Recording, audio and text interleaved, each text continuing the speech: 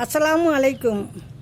அன்னை இல்லாத வீடு அரண்மனையாக இருந்தாலும் அனாதையாகத்தான் இருக்கும்.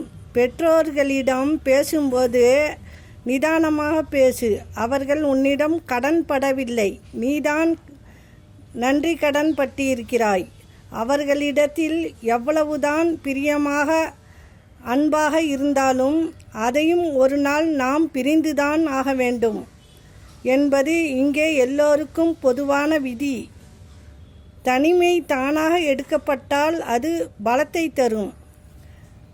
அது பிறரால் கொடுக்கப்பட்டால் பலவீனத்தை ஏற்படுத்திவிடும். நெஞ்சில் பட்ட உண்மையை நேர்பட பேசு. அது கசப்பாக இருந்தாலும் பரவாயில்லை. மறைத்து பேசுவது கொடியது. போலியான உறவை நேசித்து நம்மை நாமே காயப்படுத்தி கொள்வதை விட நம்மை நாமே தனிமைப்படுத்தி கொள்வது எவ்வளவோ மேல். அமைதியை தேடி இமயமலை செல்ல தேவையில்லை. டவர் இல்லாத இடத்தில் சென்றாலே போதும்.